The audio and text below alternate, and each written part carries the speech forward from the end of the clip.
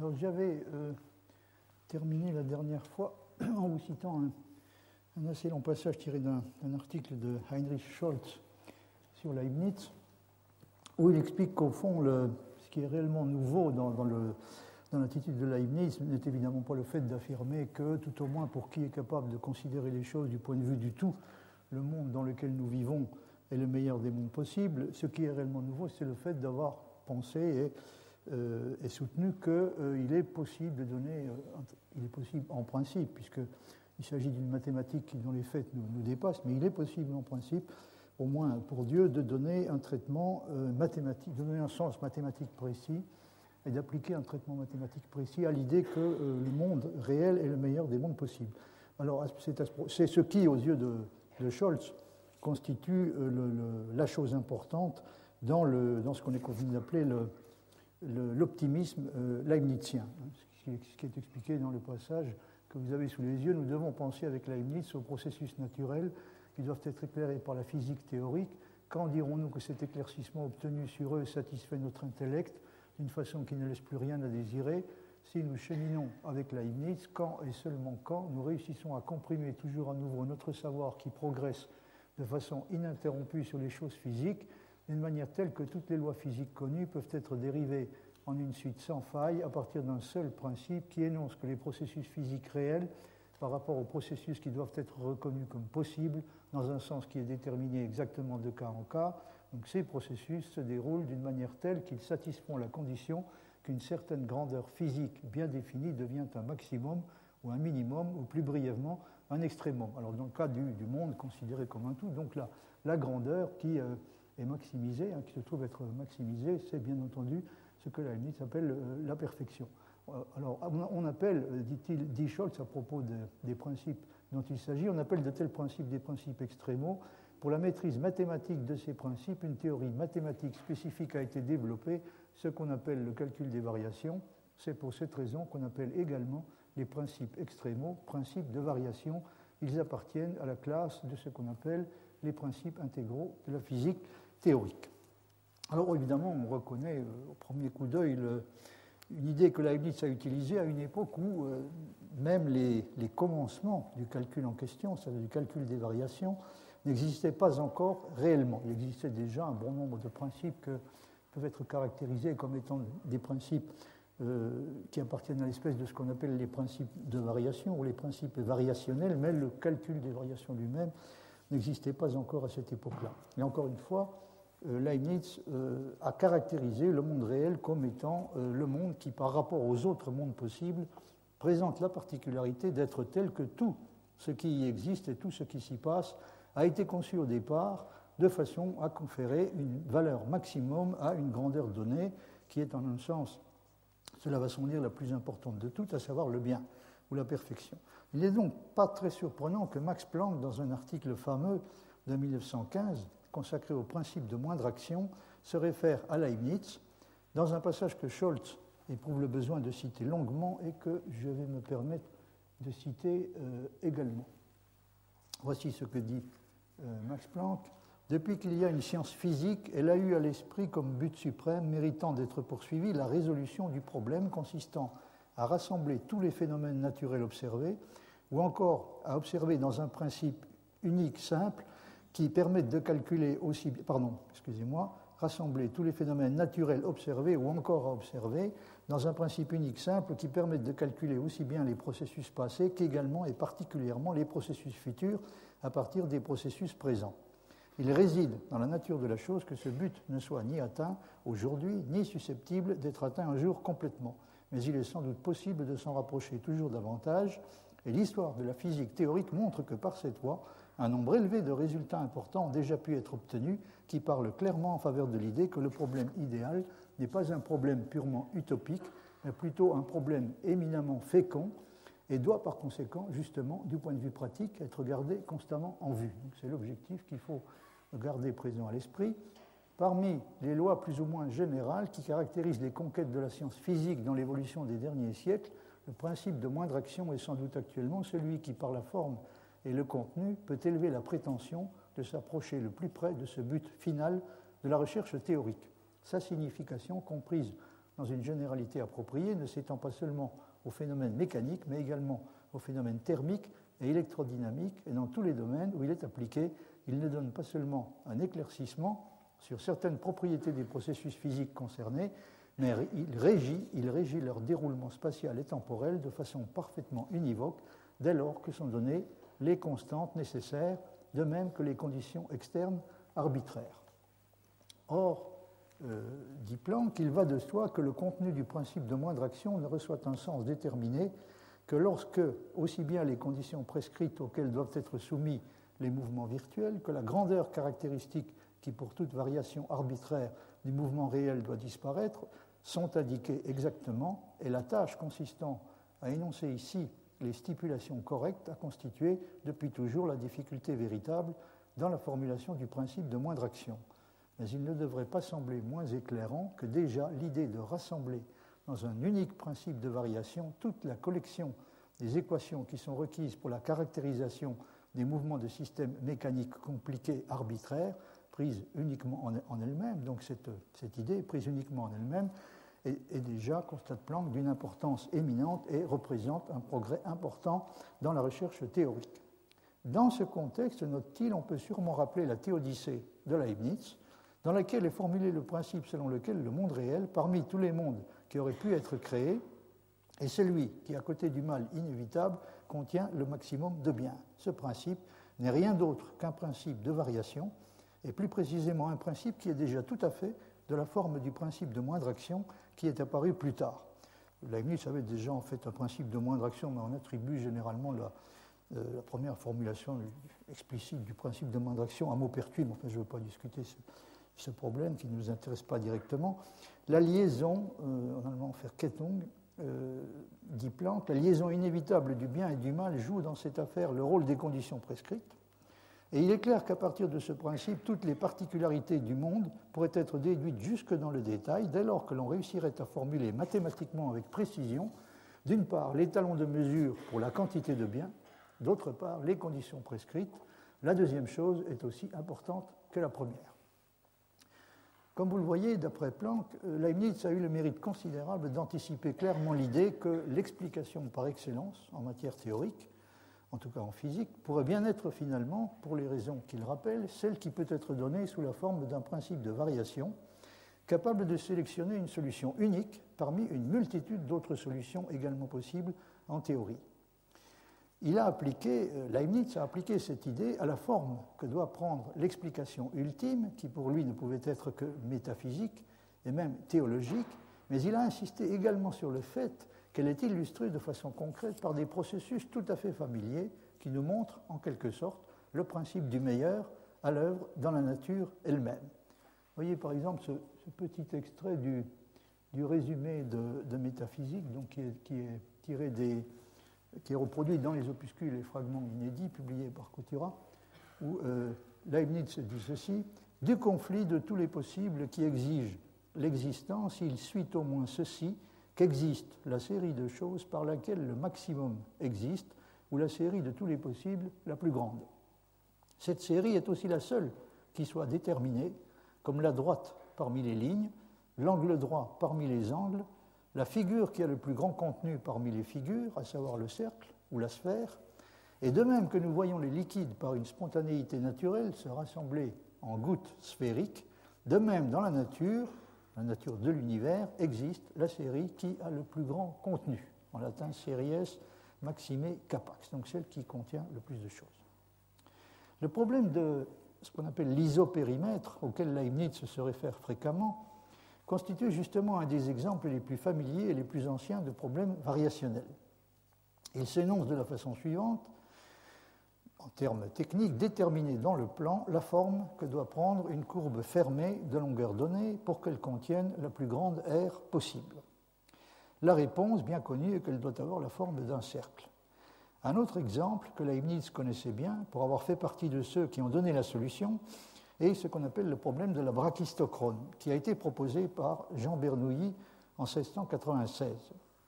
Alors ce problème proposé par Jean Bernoulli a été résolu d'abord par lui-même, il a été résolu également par Leibniz, si je me souviens bien, par Leibniz, par le marquis de l'Hôpital, par Newton et également par Jacques Bernoulli, donc le propre frère de Jean Bernoulli.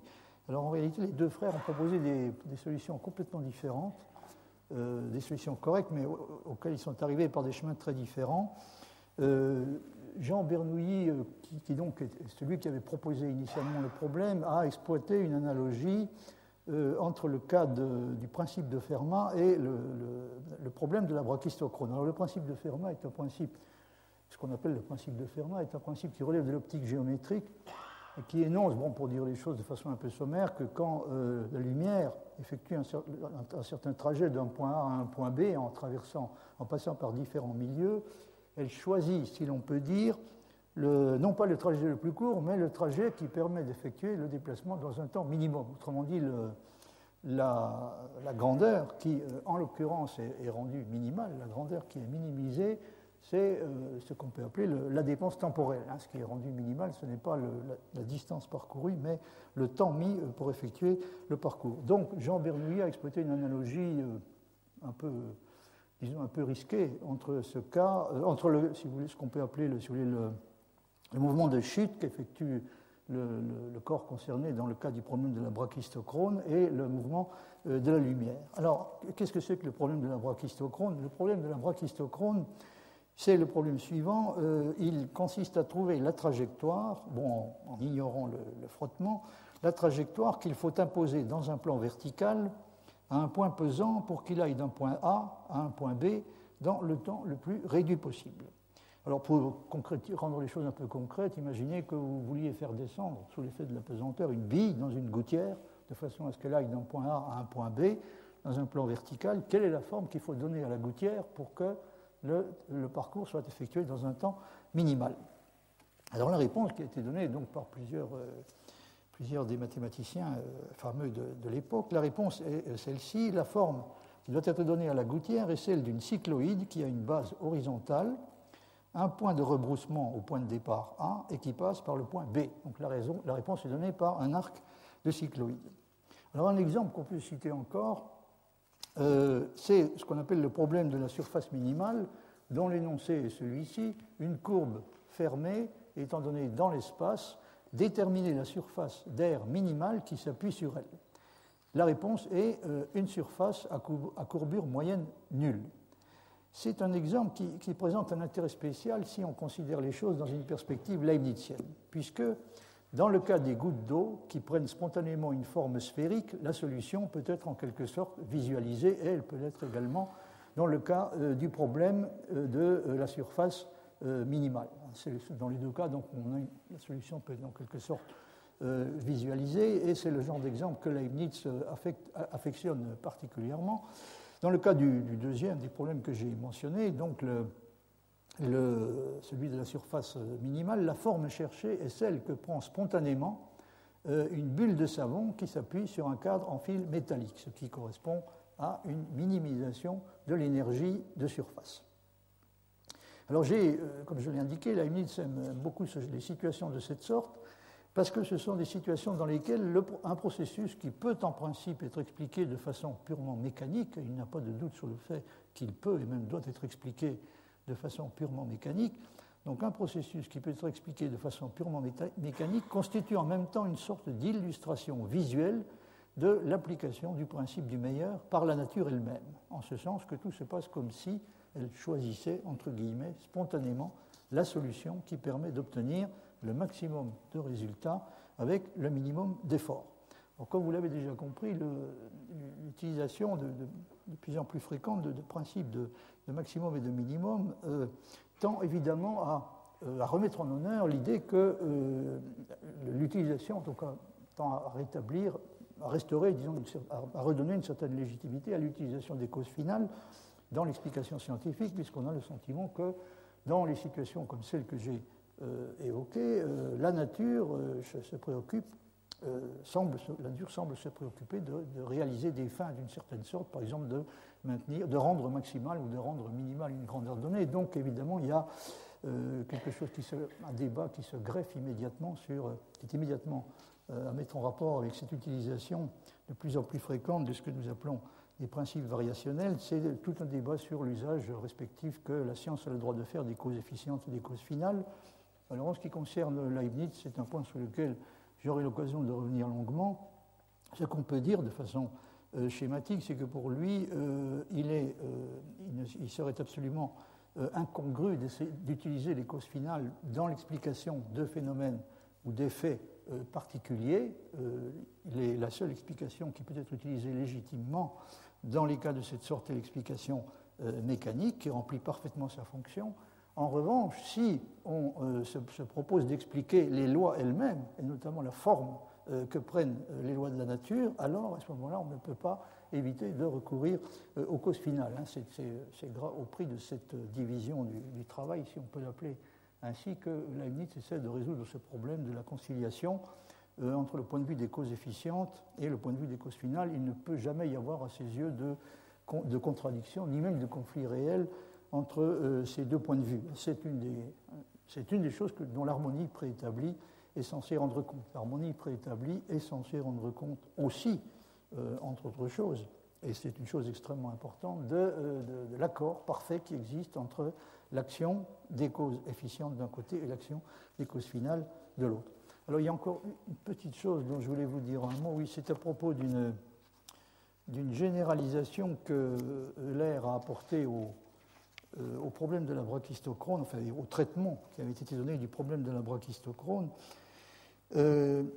Voici ce que Marr dit à propos de ce problème. Donc, il s'agit d'une généralisation qui a été apportée par Euler, et Marr fait la remarque suivante. Pour la brachistochrone, dans l'espace vide d'air, la vitesse ne dépend que de la profondeur de chute, c'est-à-dire du niveau auquel le corps est descendu. La vitesse dans un élément de courbe ne dépend absolument pas des autres éléments de courbe. On peut alors effectivement dire que chaque petit élément de courbe, chaque élément de courbe aussi petit soit-il, est lui-même brachistochrone. Donc si la courbe est brachistochrone, n'importe quel élément de la courbe, aussi petit soit-il, est également brachistochrone. Mais dans les milieux résistants, c'est-à-dire dans les milieux qui opposent une résistance, les choses se passent autrement. Toute la longueur et la forme de la trajectoire antérieure a une influence sur la vitesse dans l'élément. La courbe tout entière peut être brachistochrone sans que chacun de ces petits morceaux, sans que chacun des petits éléments de la courbe exhibe également cette propriété. Par des considérations de cette sorte, Euler a reconnu que le principe qui avait été introduit par Jacques Bernoulli ne possédait pas une validité générale, mais que dans les cas de l'espèce indiquée, un traitement plus détaillé, plus circonstancié, umständlicher, devait être adopté. Ce que veut dire Marx, c'est que dans sa résolution du problème de la brachistochrone, Jacques Bernoulli avait fait l'hypothèse que si une courbe est brachistochrone, chacun de ces éléments doit l'être aussi. Et ce que Euler fait remarquer est que c'est vrai dans des conditions un peu particulières, dans des conditions idéales d'une certaine sorte, c'est-à-dire lorsque la trajectoire s'effectue, comme dit Marx, dans un milieu sans résistance. Si je vous parle de ça, c'est parce que vous avez sûrement reconnu au premier coup d'œil un type de considération auquel Leibniz se livre lui-même assez fréquemment dans le traitement des problèmes métaphysiques. Par exemple, quand il fait remarquer que tout ce qui est si vous voulez, tout n'est pas beau dans le beau, tout n'est pas bon dans le bien, tout n'est pas harmonieux dans l'harmonie. Si le principe du meilleur s'appliquait dans un espace vide d'air, pour parler de façon métaphorique, dans un espace vide d'air, comme dit Marx, c'est-à-dire dans un espace où il ne rencontre aucune espèce de résistance, alors on aurait la situation serait analogue à celle que postule Jacques Bernoulli, c'est-à-dire si le monde considéré comme un tout obéit au principe du meilleur, c'est-à-dire s'il réalise le meilleur compromis qui pouvait être imaginé, pouvait être envisagé entre l'exigence d'ordre d'un côté et l'exigence de variété de l'autre, donc si les choses se passaient dans une espèce de vide et en l'absence de toute espèce de résistance, n'importe quelle partie du monde, aussi petite soit-elle, manifesterait la même propriété, c'est-à-dire révélerait le même genre de compromis entre l'exigence d'ordre d'un côté et l'exigence de variété de l'autre. Mais comme on l'a vu, Leibniz attire précisément l'attention sur le fait que les choses ne se passent pas de cette façon, c'est-à-dire le principe du meilleur, qui encore une fois peut tout à fait être compris comme un principe mathématique. Le principe du meilleur n'opère pas dans un vide de cette sorte, mais pour continuer à s'exprimer de façon métaphorique, se heurte à la résistance de milieux différents à travers lesquels il doit passer. Bon, je laisse de côté ce type de problème, je voulais simplement attirer votre attention sur le degré auquel on peut considérer, me semble-t-il, que Scholz a raison, hein, quand il dit qu'au fond, ce qui est la chose suprêmement importante chez Leibniz, c'est celle qui doit être rattachée aux considérations que je viens d'essayer de développer, de façon malheureusement très abrégée et un peu sommaire. Alors je crois qu'il faut prendre tout à fait à la lettre la comparaison de la création du monde à la résolution d'un problème variationnel dont la complexité nous dépasse et dont nous ne sommes pas en mesure de reconnaître la solution, bien que nous l'ayons justement sous les yeux, sous la forme du monde réel. C'est ça qui rend la situation compliquée, c'est que nous avons la solution du problème. Nous avons la solution du problème puisqu'elle nous est en quelque sorte, elle est devant nos yeux. Il suffit de considérer le monde réel. Mais malheureusement, nous ne maîtrisons pas le type de calcul qui a imposé la création de ce monde, pour la raison qu'il s'agissait du meilleur des mondes possibles.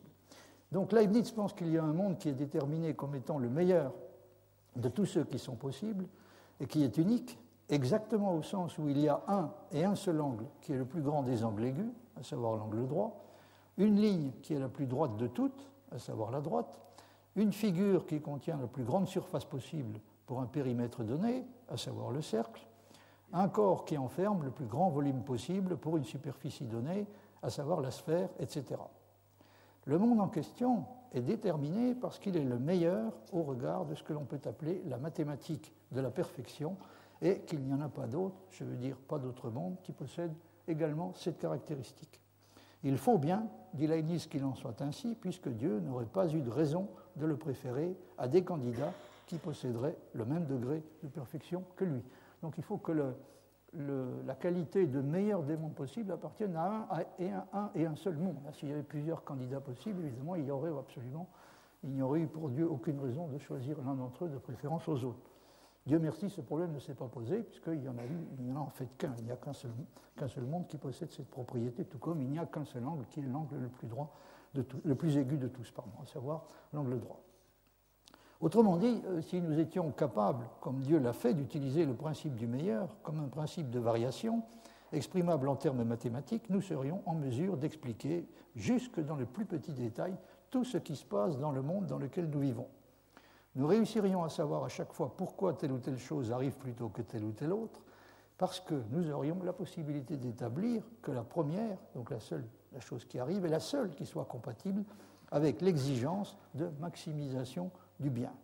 Tout déroulement des événements de l'univers qui s'écarterait aussi peu que ce soit de celui qui a lieu réellement aurait pour effet une diminution de la valeur de la quantité concernée et est par conséquent exclu. Mais le problème, vous vous en doutez, est que, comme le remarque très justement Planck, il faudrait pour cela que deux conditions soient réalisées. À savoir, d'une part, que nous disposions d'un instrument de mesure approprié pour évaluer de façon précise la grandeur dont tout dépend, autrement dit la quantité de bien, et d'autre part que nous sachions tout ce qu'il y a à savoir sur les liaisons qui unissent entre eux de façon indissociable le bien et le mal, et qui sont autrement plus complexes qu'elles ne le seraient si le bien et le mal s'excluaient simplement l'un l'autre d'une manière telle que toute augmentation du premier implique une diminution correspondante du deuxième et inversement. Ce n'est évidemment pas le cas, puisque la présence d'un mal peut contribuer, et contribue fréquemment, à augmenter la quantité totale de biens. Aucune des deux conditions indiquées n'est réalisée dans les faits, ce qui a pour conséquence que nous pouvons savoir avec certitude que les processus qui ont lieu dans le monde réel sont gouvernés en dernier ressort par un principe de variation qui occupe une position suprême, mais nous ne sommes pas en mesure de connaître son contenu et sa forme précise, ni par conséquent de l'appliquer. C'est un privilège qui est réservé à Dieu seul. Autrement dit, nous savons qu'il s'applique, nous avons même en quelque sorte son application en permanence sous les yeux, mais nous ne disposons ni d'une formulation mathématique précise de ce principe, ni de la possibilité de l'appliquer nous-mêmes, sauf peut-être dans une mesure très restreinte. Alors j'en arrive à la troisième question que je voulais traiter, c'est-à-dire que j'ai intitulé le calcul du meilleur et le problème de la quantification de la perfection. Et je souhaiterais vous parler dans ce contexte que je souhaiterais que nous regardions d'un peu plus près ce que Leibniz dit à propos de trois grandes espèces de biens, enfin de bien ou de mal. En l'occurrence, c'est du mal qu'il s'agit. Dans la Théodicée, il distingue trois espèces de mal. Il y a évidemment trois espèces de biens correspondantes. Alors, les trois espèces de mal qu'il distingue dans la Théodicée sont le mal métaphysique, le mal physique et le mal moral. Alors, ce qui nous concerne, c'est le paragraphe 21. J'espère que vous arrivez à peu près à lire, bien que ce soit un peu petit. On peut prendre le mal, dit Leibniz, métaphysiquement, physiquement et moralement. Donc il y a trois espèces de mal, le mal métaphysique, le mal physique et le mal moral. Le mal métaphysique consiste dans la simple imperfection, le mal physique dans la souffrance et le mal moral dans le péché. Or, quoique le mal physique et le mal moral ne soient point nécessaires, il suffit qu'en vertu des vérités éternelles, ils soient possibles. Quand Leibniz dit qu'ils ne sont pas nécessaires, ça veut dire qu'il y a des mondes possibles dans lesquels il n'y a pas de mal. On peut imaginer des mondes possibles dans lesquels il n'y aurait pas de mal, mais ils ne seraient pas les meilleurs possibles. C'est-à-dire pour que le monde dans lequel le monde que Dieu a décidé de faire passer à l'existence soit réellement le meilleur des mondes possibles, il faut qu'il contienne une certaine quantité de mal.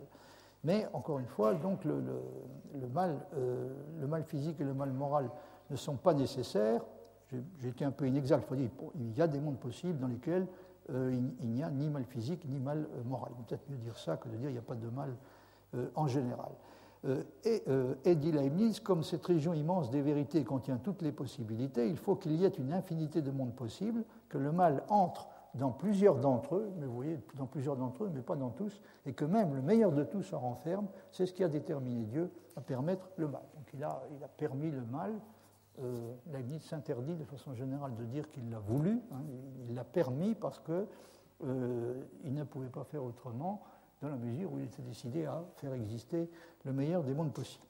Alors peut-être faudrait-il ajouter encore au mal métaphysique, au mal physique et au mal moral, un quatrième mal, que l'on pourrait appeler le mal esthétique, à savoir la laideur.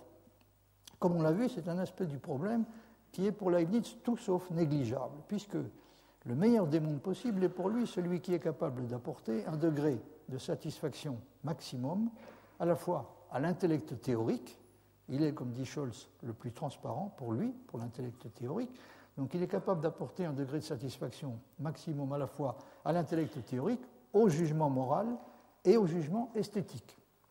Leibniz, bien entendu, ne doute pas que toutes ces exigences puissent être satisfaites d'un coup et qu'elles l'aient été lors de la création. Le manque de clarté intellectuelle, l'imperfection morale et le défaut d'harmonie au sens esthétique du terme ne sont pas pour lui des grandeurs distinctes, mais ce sont en fait trois aspects différents d'une seule et même grandeur. Il reproche à Bell de n'avoir pas compris ou d'avoir oublié que le système de l'harmonie universelle permet non seulement d'harmoniser entre elles toutes les choses qui existent et toutes celles qui arrivent, mais également d'harmoniser entre eux, si l'on peut dire, tous les aspects de l'harmonie. Ça, c'est un point qui est très important, qu'on a du mal à comprendre. C'est un des gros avantages de l'harmonie universelle, c'est qu'elle permet d'harmoniser entre elles non pas seulement les différentes choses qu'il faut harmoniser, mais les différents aspects de l'harmonie elle-même, l'aspect métaphysique, l'aspect moral et l'aspect esthétique en particulier. Le système donc, de l'harmonie universelle implique, j'en ai parlé déjà, qu'il n'y a pas de contradiction réelle entre ce que Leibniz appelle le règne des causes efficientes et celui des causes finales. Là, vous remarquez qu'il dit que le règne des causes efficientes et celui des causes finales sont parallèles entre eux. En effet, il n'y a pas de conflit entre eux. Il ne peut pas y en avoir pour la bonne raison qu'ils ne s'influencent pas l'un l'autre. C'est-à-dire, il ne faudrait surtout pas aller s'imaginer que l'intervention des causes finales est susceptible de perturber le cours des causes efficientes. Il n'y a rien de cette sorte. Il y a une harmonie sans influence. Ces deux règnes, le règne des causes efficientes et celui des causes finales ne s'influencent pas l'un l'autre. Ils sont, comme dit Leibniz, parallèles. Et il ajoute que Dieu n'a pas moins la qualité du meilleur monarque que celle du meilleur architecte. Donc c'est un architecte parfait, il a fourni, si l'on peut dire, la meilleure construction possible, et c'est aussi un monarque parfait, c'est-à-dire qu'il administre son royaume de la façon la plus juste et la plus sage qui soit. La matière, dit Leibniz, est disposée en sorte que les lois du mouvement servent au meilleur gouvernement des esprits. Donc vous voyez à quel point il est juste de dire que pour lui, il ne peut pas y avoir non seulement il n'y a pas de contradiction, mais il n'y a même pas de conflit entre ces deux choses. C'est-à-dire les lois du mouvement ont été choisies d'une manière telle qu'elles-mêmes, elles aussi, servent au meilleur gouvernement des esprits. Il se trouvera par conséquent qu'il, c'est-à-dire Dieu, a obtenu le plus de biens qu'il est possible, pourvu qu'on compte les biens métaphysiques, physiques et moraux ensemble. Donc si on tient compte de ces trois espèces de biens, on s'aperçoit que Dieu a véritablement a réalisé une œuvre qui maximise la quantité totale de biens. Alors vous voyez également sur ce point un passage très caractéristique des principes de la nature, qui est tiré des principes de la nature et de la grâce, où Leibniz dit « Il s'ensuit de la perfection suprême de Dieu qu'en produisant l'univers, il a choisi le meilleur plan possible, où il y ait la plus grande variété possible, le terrain, le lieu,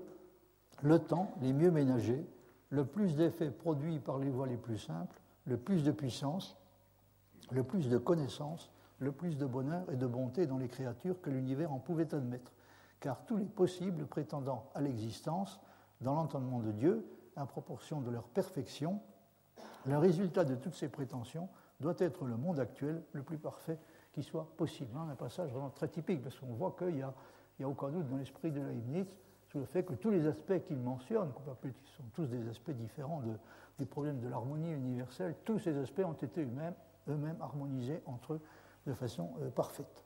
Ce qui est, encore une fois, pour l'intellect contemporain, un petit peu difficile à comprendre, parce que nous avons beaucoup plus tendance que lui à percevoir non seulement des tensions, mais même des contradictions possibles entre ces différents aspects. Quand nous parlons aujourd'hui du problème du mal et de l'objection qu'il peut sembler constituer contre la supposition de l'existence de Dieu, nous avons tendance à penser en priorité au mal physique et au mal moral. Mais il faut remarquer que ce n'est pas de cette manière que Leibniz considère les choses, et que cela entre sûrement pour une part importante dans la difficulté que nous avons à comprendre ce qu'on appelle son optimisme. Comme le souligne Arthur Lovejoy dans un livre sur le principe de plénitude, donc il s'agit d'un livre qui a été publié, si je me souviens bien, en 1948, qui s'appelle The Great Chain of Being, donc la grande chaîne de l'être, qui est consacrée à l'histoire d'un principe que Lovejoy appelle le principe de plénitude. Je vais vous en reparler longuement par la suite, pas forcément de Lovejoy, mais du principe de plénitude et du rôle qu'il joue dans la philosophie de Leibniz. Alors Lovejoy souligne dans ce livre que ni ce qu'on appelle habituellement le bien moral, ni le plaisir ne sont pour Leibniz les choses les plus importantes au monde. Autrement dit, sa théorie des valeurs est aussi éloignée de l'hédonisme que du genre de moralisme abstrait qui a été développé plus tard par des philosophes comme Kant et Fichte. On peut dire que la vertu et le bonheur ont assurément leur place dans l'échelle des valeurs leibniziennes, mais ce ne sont pas les seules choses importantes, ni même forcément les plus importantes. Ça peut sembler un peu curieux, mais c'est bien de cette façon que les choses se passent chez Leibniz. Vous voyez par exemple ce passage de la Théodicée, dans lequel il soulève explicitement la question, mais pourquoi ne se pourrait-il pas que le surplus du bien dans les créatures non intelligentes qui remplissent le monde récompensât et surpassât même incomparablement le surplus du mal dans les créatures raisonnables. Donc, vous voyez que Leibniz choisit d'adopter un point de vue réellement global, on pourrait presque dire un point de vue cosmique, finalement, c'est-à-dire, si on veut juger de la quantité de biens que contient le monde, il faut réellement se placer du point de vue du tout et éviter, par-dessus tout, de privilégier abusivement la situation des créatures raisonnables et le mal, aussi bien le mal physique que le mal moral, dont elles peuvent souffrir. Donc, mais pourquoi ne se pourrait-il pas que le surplus du bien dans les créatures non intelligentes qui remplissent le monde récompensât et surpassât même incomparablement le surplus du mal dans les créatures raisonnables? Il est vrai que le prix des dernières, donc les créatures raisonnables, est plus grand, mais en récompense, les autres sont en plus grand nombre sans comparaison. Donc elles ont moins de prix, mais il y en a beaucoup plus.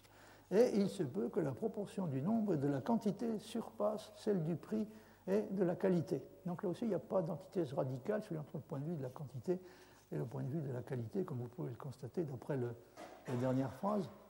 En d'autres termes, nous avons tendance de façon générale à attribuer une importance excessive à la question du bien, et plus précisément du bien physique et moral des seules créatures raisonnables. Donc le bien qui nous préoccupe en priorité, et même souvent de façon un peu exclusive, donc c'est le bien des créatures raisonnables, et encore une fois, ce n'est pas du tout le point de vue de Leibniz.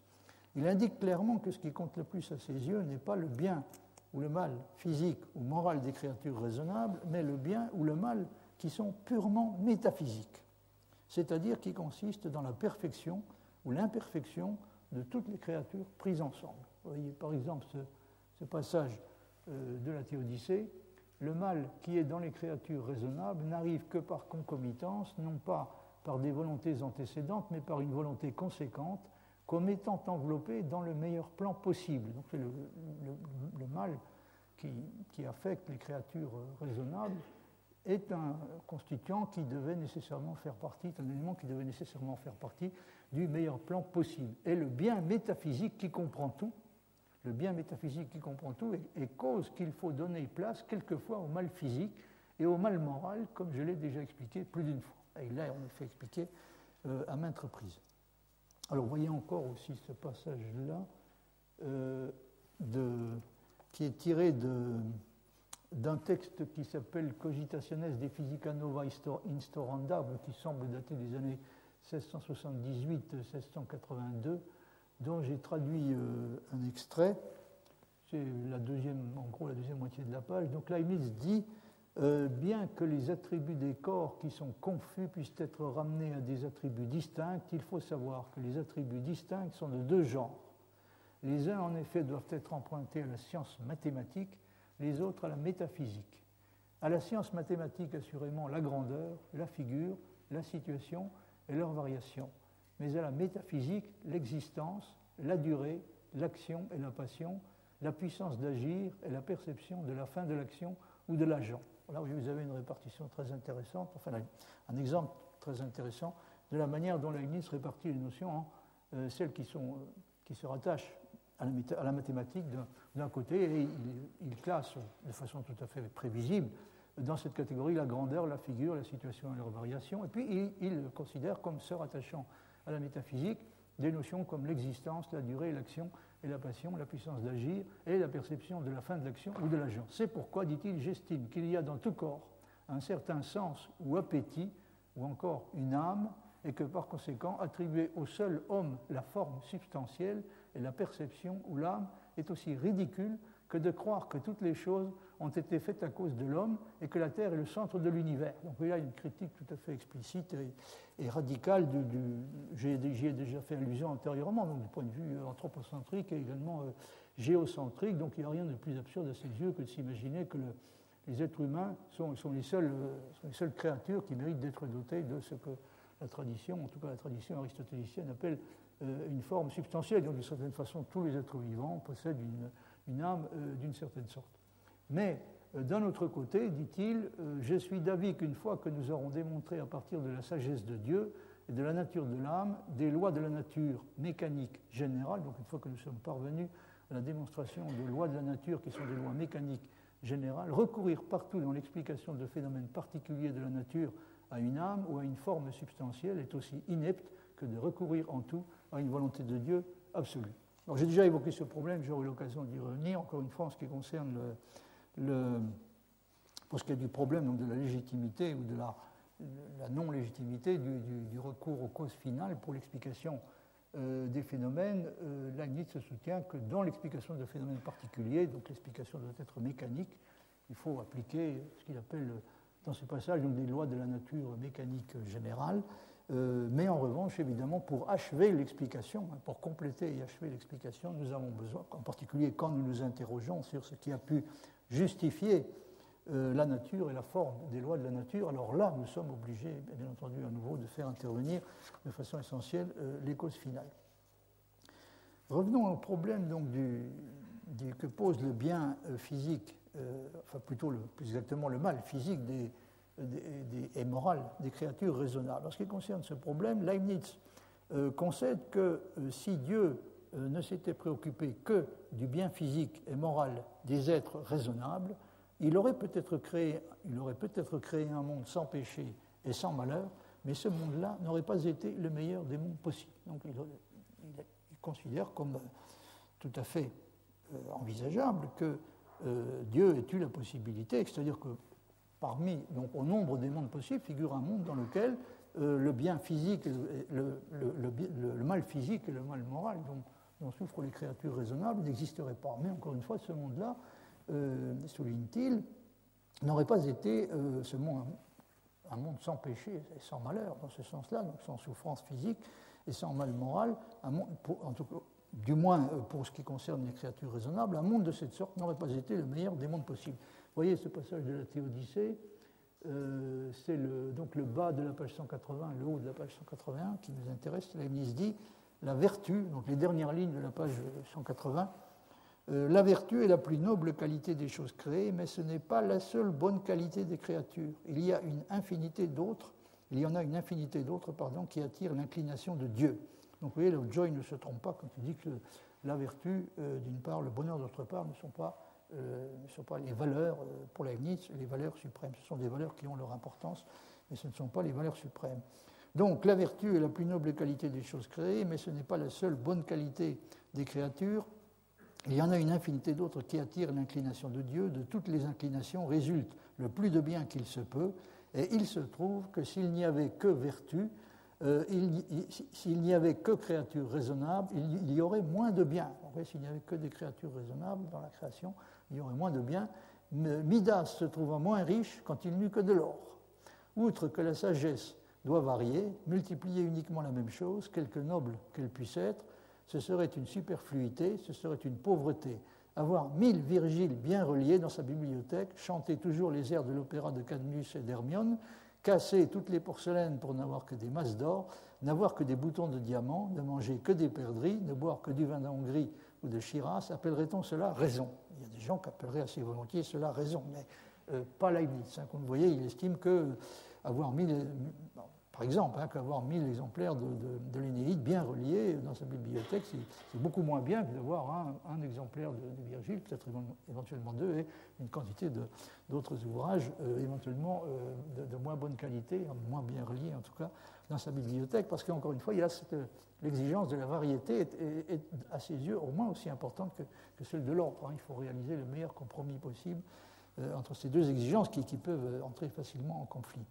Alors là, Leibniz dit encore, donc la nature a eu besoin d'animaux, de plantes, de corps inanimés, pour réaliser le meilleur des mondes possibles, évidemment.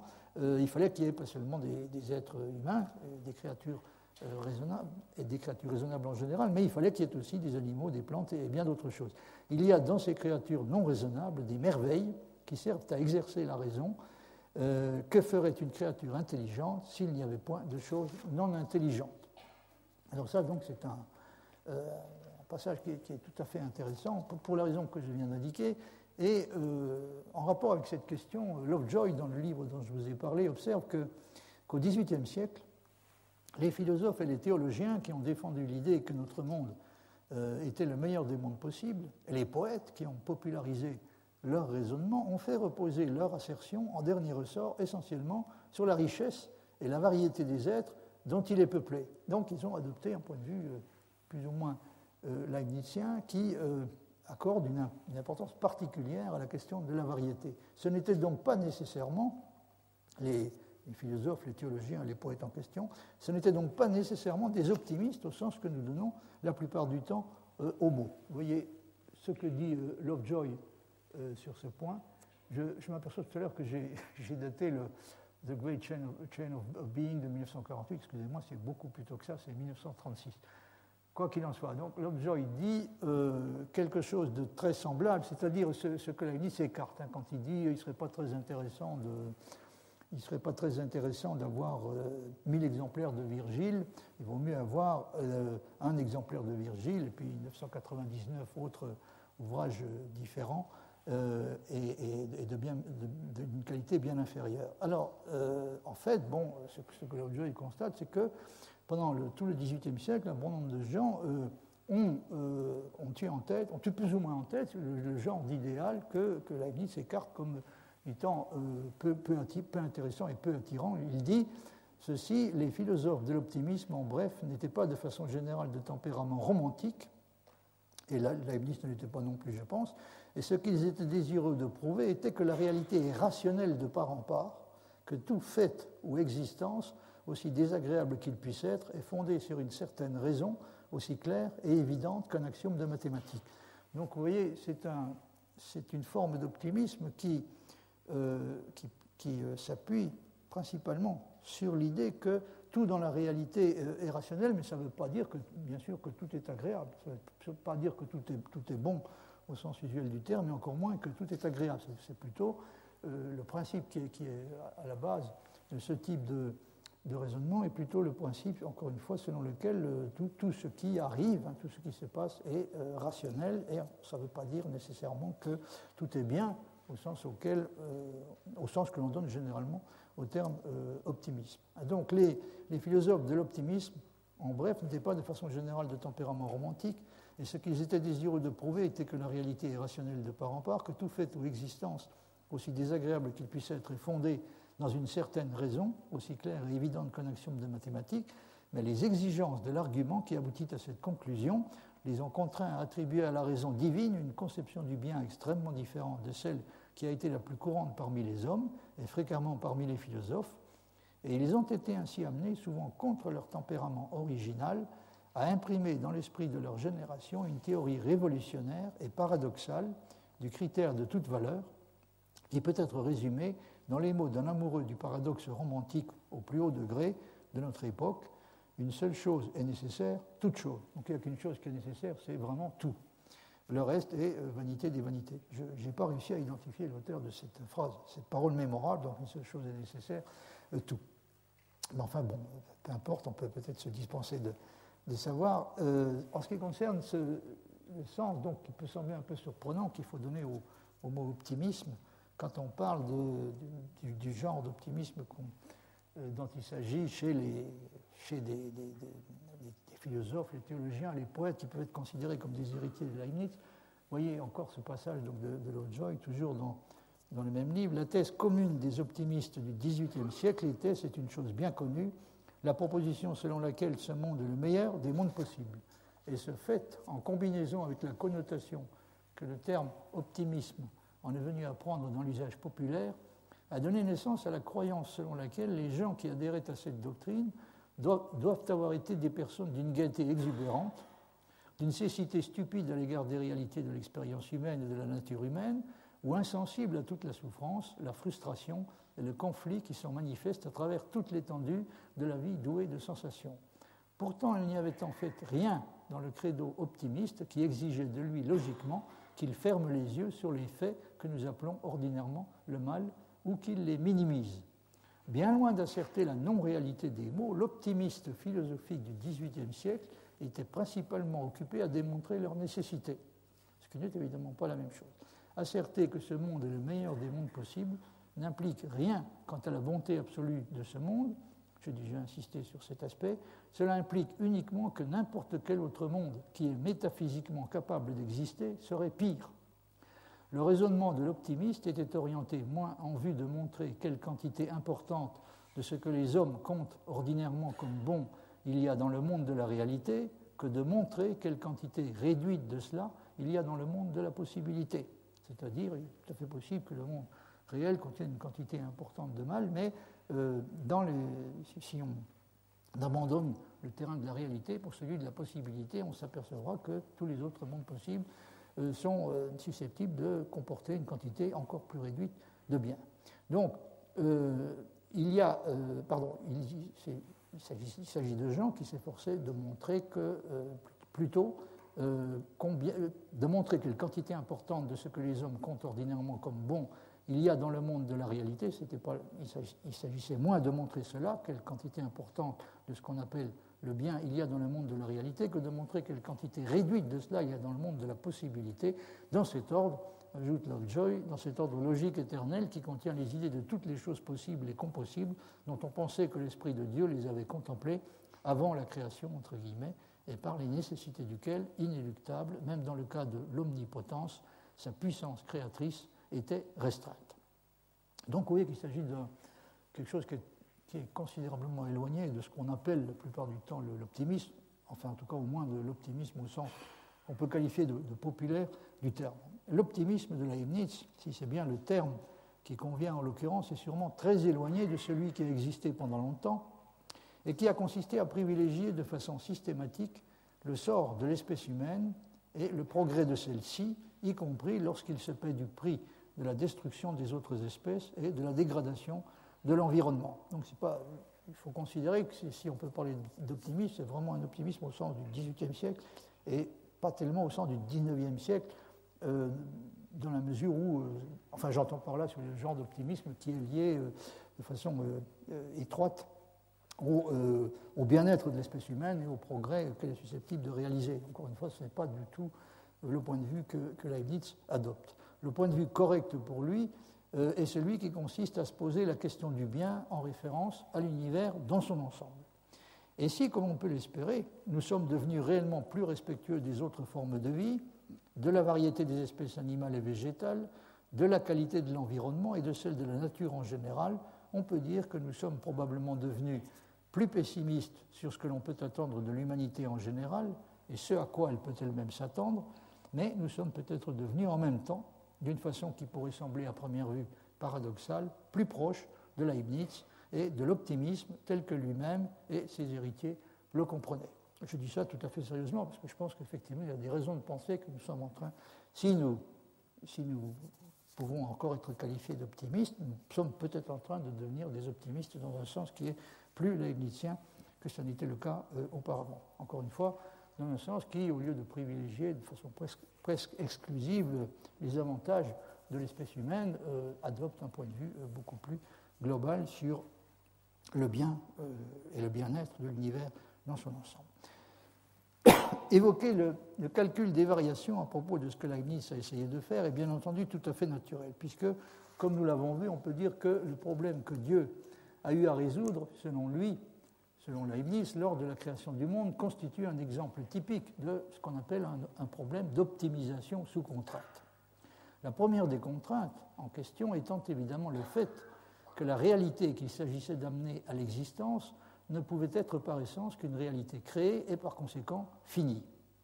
Leibniz dit et répète que la réalité à première vue si frappante et si choquante du mal ne provient en fait que de la créature et n'est au fond que celle des limites infranchissables qui ont empêché Dieu de produire une quantité plus grande de bien. Bon, je vous rappelle à ce propos le petit passage en allemand tiré des textes inédits publiés par Gaston Crua que je vous avais déjà cité, dans lequel donc Leibniz dit notamment que les imperfections ou les défauts adhérents découlent des créatures elles-mêmes et de leurs limites ou de leur, ajoute-t-il, de leur non plus ultra, de leur non plus ultra, c'est-à-dire de l'incapacité, dans leur cas, d'aller au-delà, d'aller plus loin.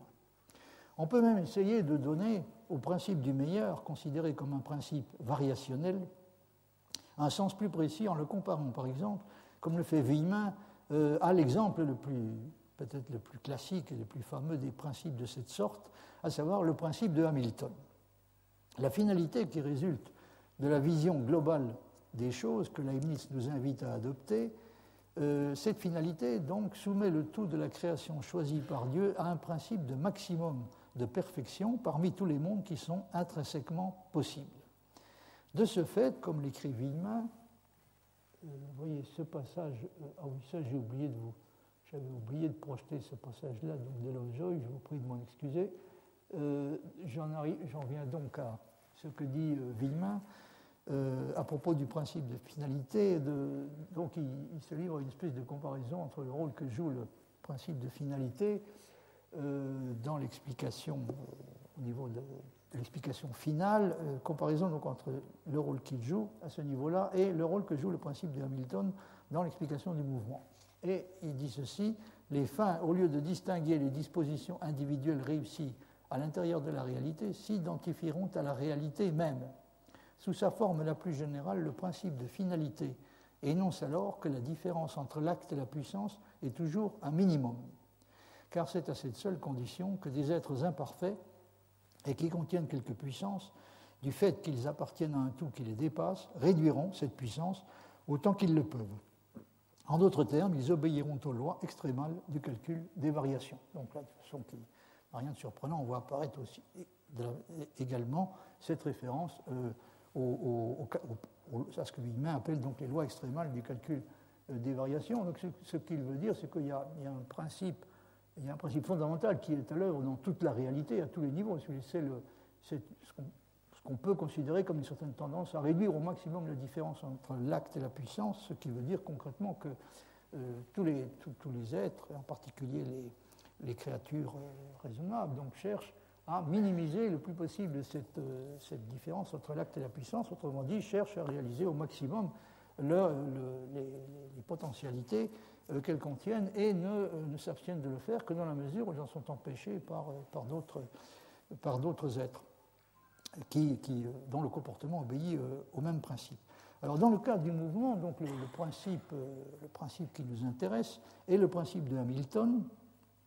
Et si on identifie l'acte avec l'énergie cinétique et la puissance avec l'énergie potentielle, on pourra dire que le principe de finalité constitue une sorte d'équivalent métaphysique du principe de Hamilton, lequel principe énonce que dans les systèmes mécaniques concernés, le mouvement naturel s'effectue d'une manière telle que l'intégrale, calculée sur le temps du mouvement, l'intégrale de la différence entre l'énergie cinétique et l'énergie potentielle prend une valeur minimale. Je vous renvoie donc à ce que Wigner dit dans Nécessité ou contingence pour des considérations un peu plus développées et détaillées donc sur ce qui autorise et même incite à rapprocher donc le cas de ce que Wigner appelle le principe de finalité du cas du principe de Hamilton. Alors pour des raisons que vous comprendrez sans peine, Scholz, qui écrit en 1942, utilise l'exemple de Leibniz, entre autres choses, pour rappeler la philosophie, et plus particulièrement la philosophie allemande, qui a selon lui gravement failli sur ce point, au sens des obligations qu'elle a en matière de clarté, de précision et d'exactitude. Son article aurait pu s'intituler aussi bien, je crois, Leibniz éducateur. Ce que nous avons plus que jamais à apprendre de Leibniz, qui a donné de cela l'exemple le plus impressionnant, et d'après lui, je veux dire d'après Scholz, la façon dont la plus grande clarté peut être combinée avec la plus grande profondeur. C'est lui-même qui utilise cette expression. Et son article se termine de façon très révélatrice. N'oubliez pas qu'il a été écrit en 1942 et il se termine de la façon suivante. Celui qui prend parti pour ce Leibniz-là, donc il s'agit du Leibniz qu'il a décrit, prend parti pour une figure de l'esprit allemand qui n'a à s'excuser dans aucun monde possible pour son existence. Bon, Dieu merci, il y a quand même quelques philosophes allemands, par exemple Kant, mais il y en a d'autres dont on serait tenté de dire la même chose. Mais il y a évidemment chez Scholz une tendance à considérer le cas de Leibniz comme particulièrement exemplaire du point de vue qui lui semble important. Et il peut être intéressant, je crois, de remarquer à ce propos que dans le cours dont j'ai déjà cité un extrait, le cours que Boutroux a donné sur Leibniz, a donné à la Sorbonne sur Leibniz, il commence par discuter très sérieusement la question de savoir si Leibniz doit être considéré plutôt comme un philosophe français ou comme un philosophe allemand, et par justifier sa décision de l'inclure dans une série de cours qui est consacrée à la philosophie allemande, ce qui suggère qu'il considère que la réponse ne va pas de soi. Il se demande donc si, dans un exposé consacré à l'histoire de la philosophie allemande, on ne devrait pas passer, c'est lui qui présente les choses de cette manière, on ne devrait pas passer directement de l'exposition des systèmes Descartes, Paracels et Böhme à celle du système de Kant.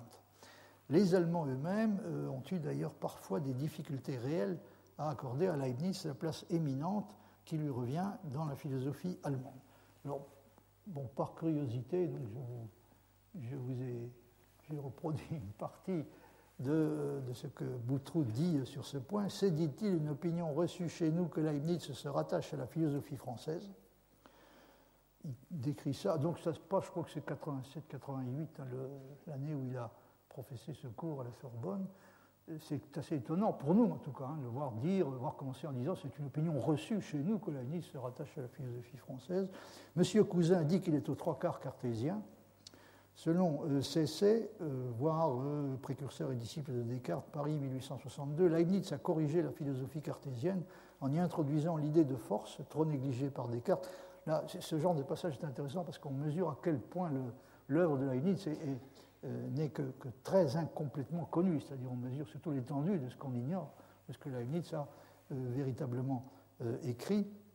Et il y a effectivement à l'époque toute une série de gens qui le considèrent simplement comme un disciple critique, ce qu'on pourrait appeler un disciple critique de Descartes. Enfin, dit Boutreau, M. Bouillet appelle le leibnizianisme une réforme de la philosophie de Descartes.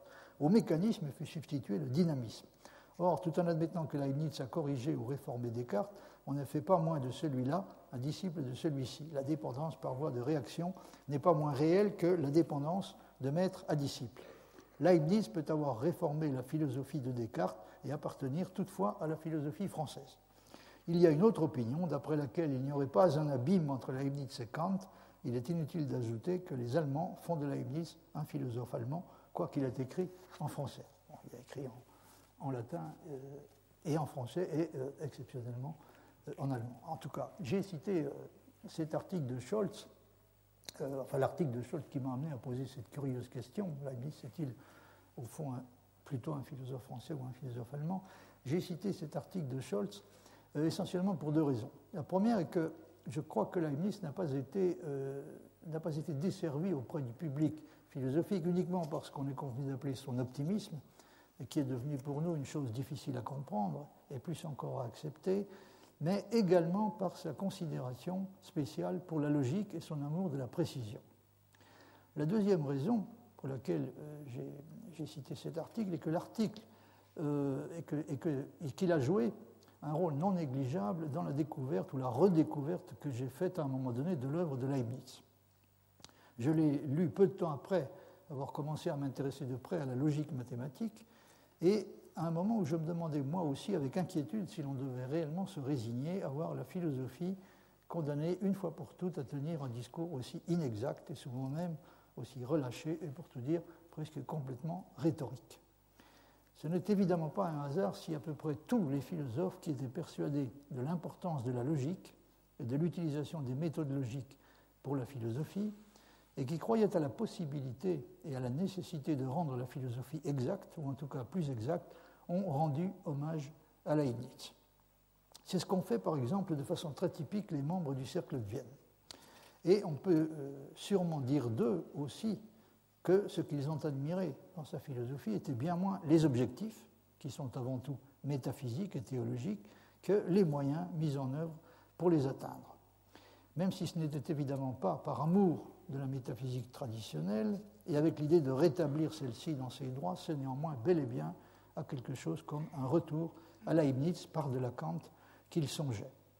Il y a un article tout à fait typique de Neurath dans lequel il dit que ce qui constitue la caractéristique de l'histoire de la philosophie en Autriche, par opposition à la façon dont les choses se sont passées en Allemagne, c'est, il exprime ça dans l'affirmation suivante, l'Autriche évite l'entracte kantien, c'est-à-dire elle a enchaîné directement sur Leibniz en sautant en quelque sorte par-dessus l'épisode kantien. Donc, dans la position des membres du Cercle de Vienne, on voit très bien qu'ils ont évidemment une admiration considérable pour les moyens utilisés, pour la façon dont Leibniz les a perfectionnés et renouvelés, et les a mis à la disposition, donc sur les moyens nouveaux qu'il a mis à la disposition de la philosophie, mais évidemment il y a une désapprobation complète de l'objectif ultime qui est non pas seulement de nature métaphysique, mais même de nature théologique. Mais ce qui est intéressant à remarquer, c'est que dans le même temps, Gödel, qui était un défenseur enthousiaste et à peu près inconditionnel de Leibniz, ne s'est pas contenté pour sa part d'admirer la façon dont il a réussi à perfectionner les moyens de la philosophie, et en particulier la logique. Il a également approuvé le but, et il a plaidé tout à fait explicitement pour le retour à un grand programme métaphysique de type rationaliste et d'inspiration ouvertement leibnizienne. Puisque j'ai parlé de l'optimisme leibnizien et du problème que nous pose sa compréhension il est peut-être intéressant de signaler que Gödel, qui encore une fois était un admirateur passionné et inconditionnel de Leibniz, était persuadé qu'il y avait des gens qui délibérément avaient dissimulé ou détruit certains des papiers les plus importants de Leibniz. Donc il a développé toute une sorte de théorie du complot d'où il résultait que peut-être les choses les plus importantes dans toute l'œuvre de Leibniz ont été soustraits à l'intérêt, à la curiosité et à l'intérêt du public. Et alors Karl Menger, qui rapporte cet épisode, dit « mais je lui ai objecté, mais enfin, dans quel but ont-ils bien pu faire ça ?» Et Gödel a répondu à peu près parce qu'il fallait évidemment les priver de tout ce qui aurait pu les rendre plus intelligents.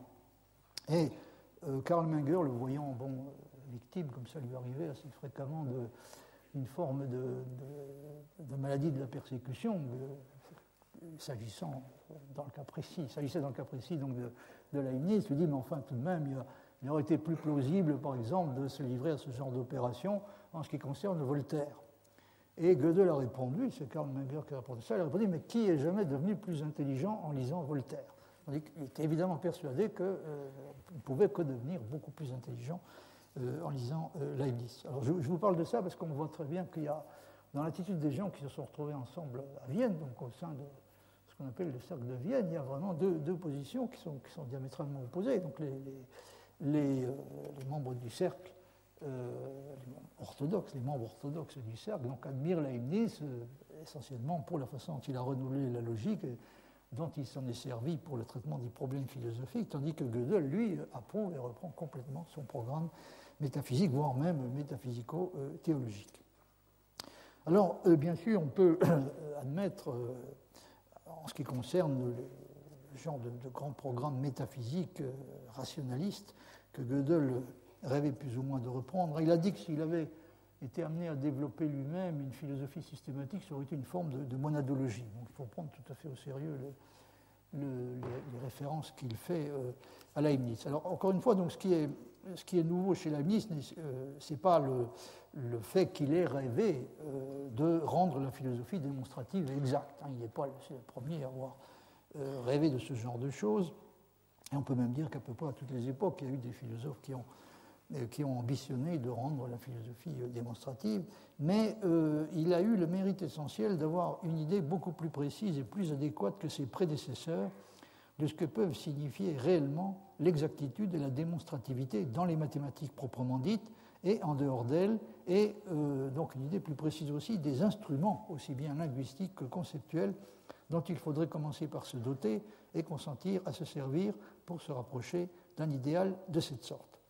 Il est important de rappeler en tout cas, même si un certain nombre de ses interprètes semblent l'avoir un peu oublié, qu'il était convaincu que le vague n'a pas plus sa place dans la métaphysique que dans les mathématiques, et que les progrès que l'on peut espérer réaliser en métaphysique devront consister, pour une part essentielle, à l'éliminer. Là, j'ai traduit un extrait qui se trouve dans la deuxième moitié de la page, donc Puto fuisse tempus homines. Donc il y a eu un temps où les hommes ne parlaient pas moins vaguement des choses géométriques que des choses mathématiques. Je pense, dit Leibniz, qu'il y a eu un temps où les hommes ne parlaient pas des choses géométriques de façon moins vague qu'ils ne le font aujourd'hui des choses métaphysiques. C'est pourquoi il n'est pas vrai que la géométrie soit aujourd'hui tellement bien établie alors que la métaphysique erre en revanche de façon si incertaine. Je crois en effet qu'il viendra peut-être un temps où la métaphysique ne sera pas moins bien établie que la géométrie, du fait que la métaphysique n'a pas encore été établie par tant de siècles, une chose qui n'est pas si étonnante que cela, on ne doit pas conclure qu'il faut désespérer du succès, car peut-être sommes-nous restés jusqu'à présent dans une certaine enfance du monde. Ça, c'est une déclaration très typique de Leibniz. Il est vraiment convaincu que nous sommes littéralement dans l'enfance de la science et peut-être même de la connaissance en général. Nous ne faisons que commencer à comprendre. Et si la métaphysique se trouve encore dans un état extrêmement incertain, très inexact, enfin un état d'inexactitude désolant, il ne faut absolument pas en conclure que les choses vont rester dans cet état-là. Car peut-être sommes-nous restés jusqu'à présent dans une certaine enfance du monde, et de même que les balbutiements de ses prédécesseurs n'ont pas fait peur à Pythagore, si c'est lui le premier, au point de le dissuader d'établir la géométrie sur des démonstrations rigoureuses, de même la confusion présente ne doit pas nous dissuader d'établir la métaphysique. Donc il y a toutes les raisons d'espérer. Alors, comme je l'ai déjà suggéré, plus ou moins explicitement, chez Leibniz, les moyens logiques ou autres qui sont utilisés peuvent sembler la plupart du temps nettement plus novateurs et même révolutionnaires que le but final. Ça, c'est une chose très frappante. On est assez souvent frappé par cette différence assez spectaculaire qui semble y avoir entre la nouveauté considérable des moyens et le caractère relativement traditionnel, pour ne pas dire à certains moments conventionnel, des fins qui sont poursuivies. Et c'est une impression qui doit être mise en rapport avec la tendance qu'on a à percevoir Leibniz comme plus conservateur et même conformiste que d'autres grands philosophes de la même époque, en particulier que Descartes et Spinoza. Et Scholz insiste lui aussi sur l'orientation profondément conservatrice de sa philosophie, mais il le présente comme un conservateur que cela n'a pas empêché d'être en même temps plus révolutionnaire que la plupart des révolutionnaires reconnus comme tels. Vous voyez ce qu'il dit dans ce passage. Il a été un révolutionnaire comme Descartes, il a été plus que cela, également comme révolutionnaire, il est plus grand que Descartes. Et pourtant, il est conservateur jusqu'à la base. On ne pourra pas invoquer un autre grand homme qui fasse cet effet, qui ait su plus exactement que Leibniz à quel point on peut avancer dans le monde quand on appelle bon le bien là où il se montre et le rend en même temps meilleur dans tous les cas essentiels qu'on ne l'avait fait auparavant. Donc il faut être prêt à reconnaître le bien partout où il se trouve, ce qui constitue une chose pour laquelle effectivement Leibniz avait des dispositions particulières.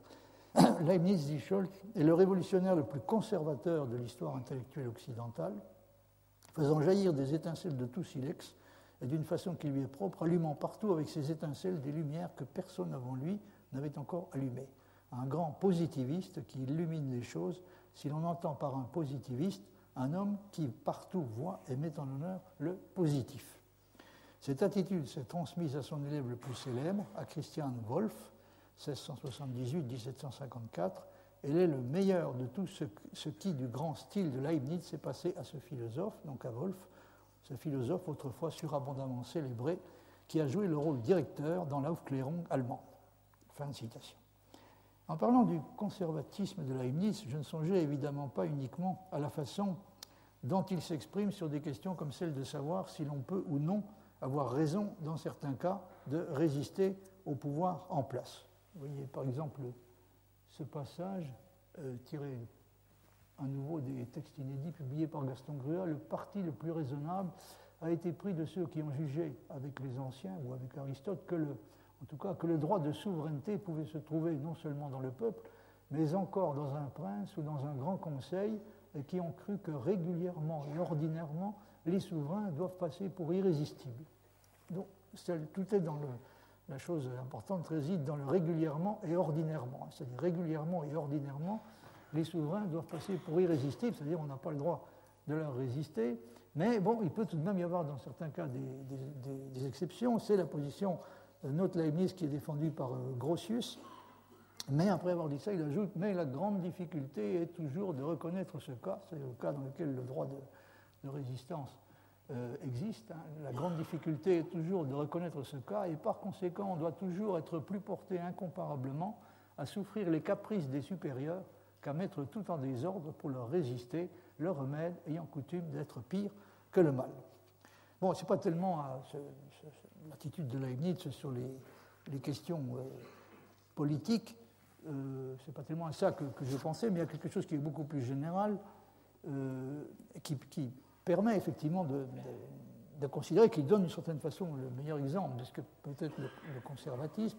On peut remarquer en effet, à peu près au premier coup d'œil, dans toute son œuvre, qu'il ne perd pas une occasion de manifester sa considération pour les façons de parler, les croyances et les connaissances ordinaires, les doctrines philosophiques de ses prédécesseurs et la tradition philosophique en général, et semble-t-il, avant toute chose, pour l'autorité de la religion.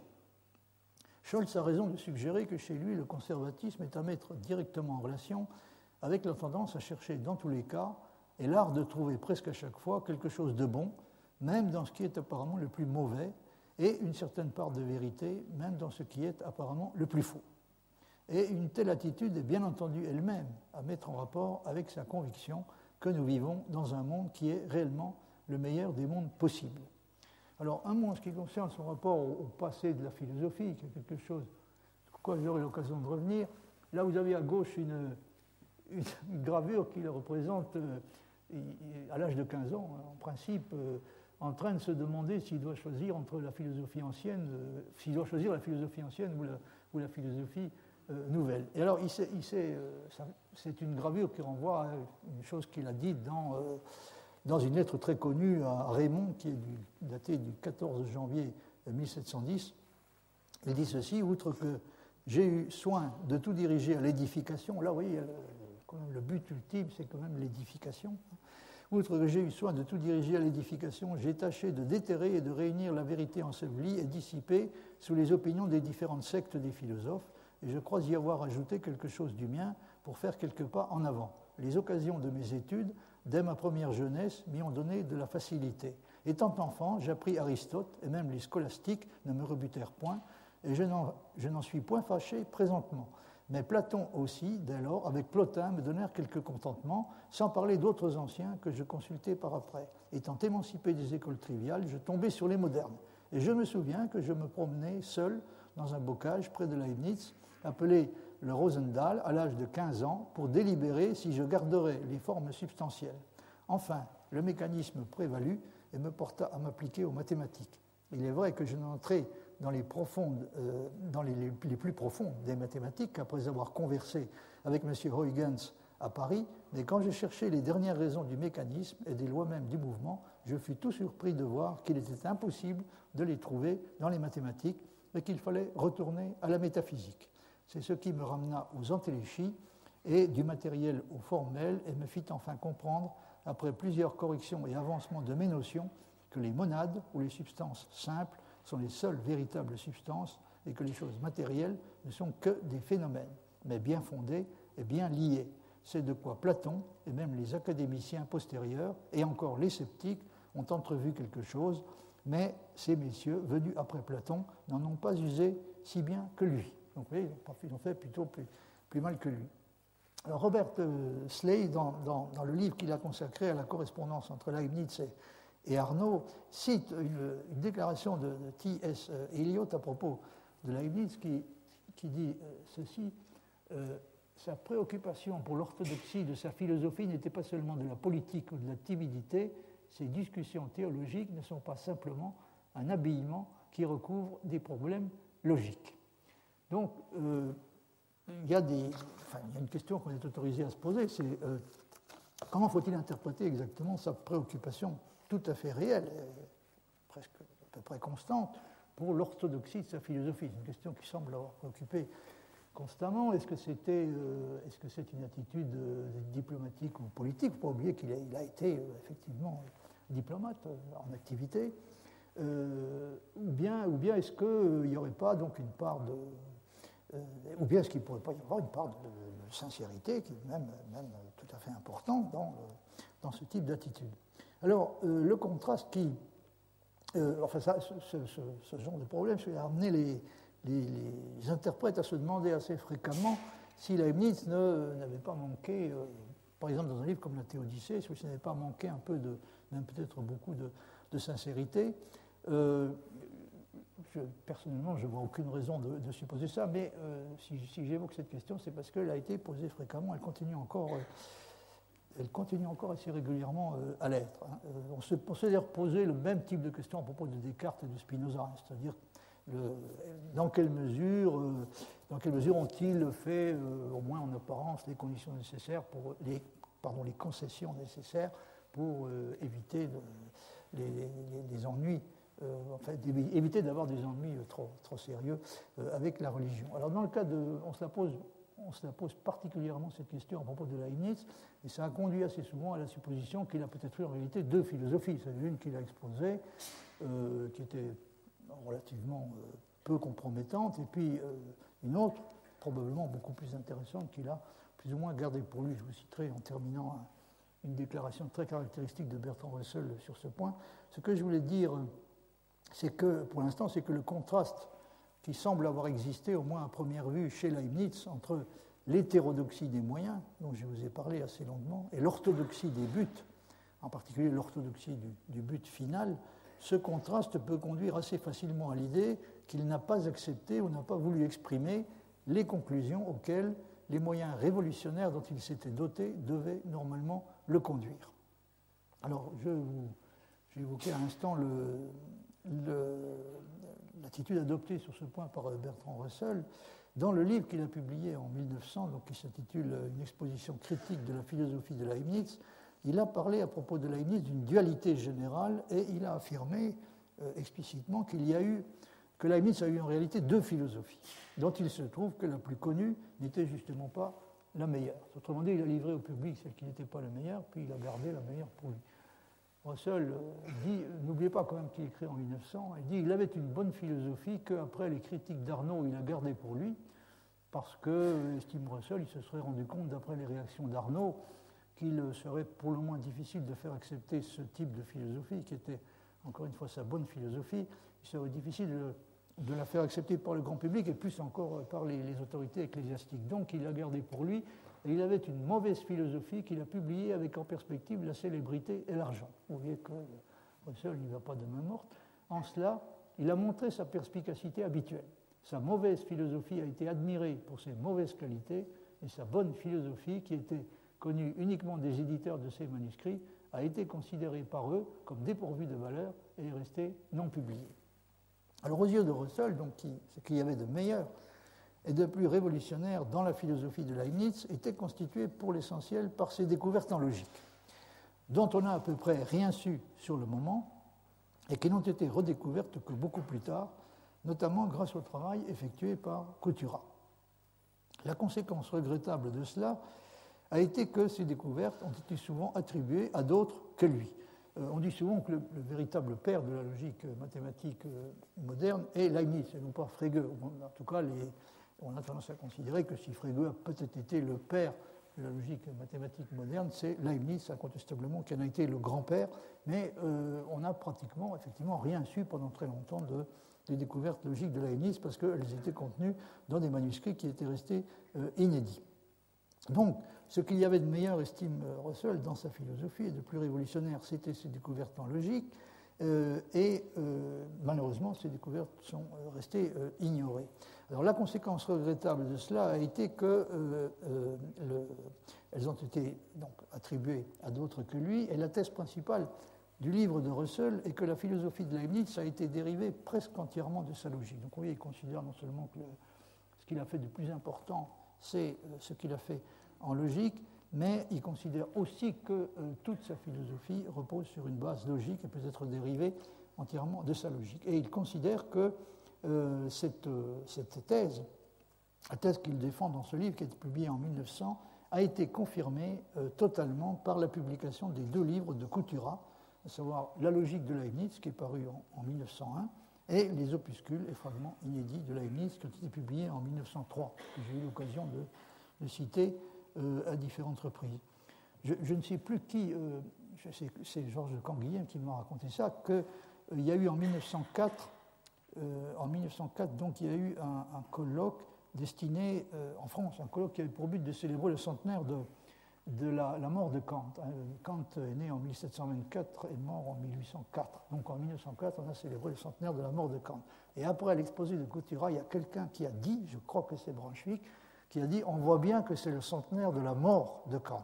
C'était parce qu'effectivement, il y avait dans l'idée de Couturat, de façon très claire, donc cette idée qu'il fallait revenir à Leibniz, et le Leibniz auquel il s'agissait de revenir pour Couturat, c'était à peu près le même Leibniz que pour Russell. Alors, en ce qui concerne Russell, Russell estime que Leibniz a eu tendance à garder pour lui ses découvertes les plus importantes parce qu'elles n'étaient pas de nature à lui assurer la célébrité qu'il cherchait, et il a accordé par conséquent sa préférence à ce qui, dans sa philosophie, était le plus susceptible de lui procurer une popularité acquise à bon compte. Vous allez voir que je n'exagère pas, Russell dit, c'est là-dessus que je conclurai, après avoir beaucoup abusé de votre patience, je crois probable qu'à mesure qu'il vieillissait, il a oublié la bonne philosophie qu'il avait gardée pour lui, et ne s'est souvenu que de la version vulgarisée par laquelle il a gagné l'admiration des princes et, plus encore, des princesses. Si l'œuvre de Couturat avait pu être publiée de son vivant, il l'aurait, j'en suis sûr, haï, non pas comme étant inexact, mais comme étant indiscrètement exact. Fin de citation. Alors, la prochaine fois, j'aimerais vous parler un peu continuer un peu sur ce thème. Donc, j'ai intitulé ça « Leibniz peut-il avoir eu véritablement deux philosophies ?» Personnellement, je ne le crois réellement pas. Bon, si je vous parle de ça, c'est parce que ça a un rapport tout à fait direct, bien que ça ne soit peut-être pas aux yeux, avec les problèmes qui nous intéressent cette année. C'est-à-dire, s'il y a un point à propos duquel cette question se pose, c'est la question de la nécessité de la contingence et de la liberté. C'est-à-dire, c'est vraiment le point sur lequel les interprètes qui inclinent à penser comme Russell se sont concentrés. Ils se sont demandé si Leibniz avait véritablement dit ce qu'il pensait, s'il avait exposé véritablement la doctrine à laquelle il était arrivé en ce qui concerne le problème de la nécessité et de la contingence. Et à l'arrière-plan de tout ça, il y a chez Russell, c'est tout à fait explicite, l'idée que si Leibniz avait été tout à fait honnête et sincère, c'est-à-dire s'il était risqué à dire réellement ce qu'il pensait sur cette question, il aurait été obligé de reconnaître qu'il était arrivé à une forme de nécessitarisme exactement semblable à celle de Spinoza.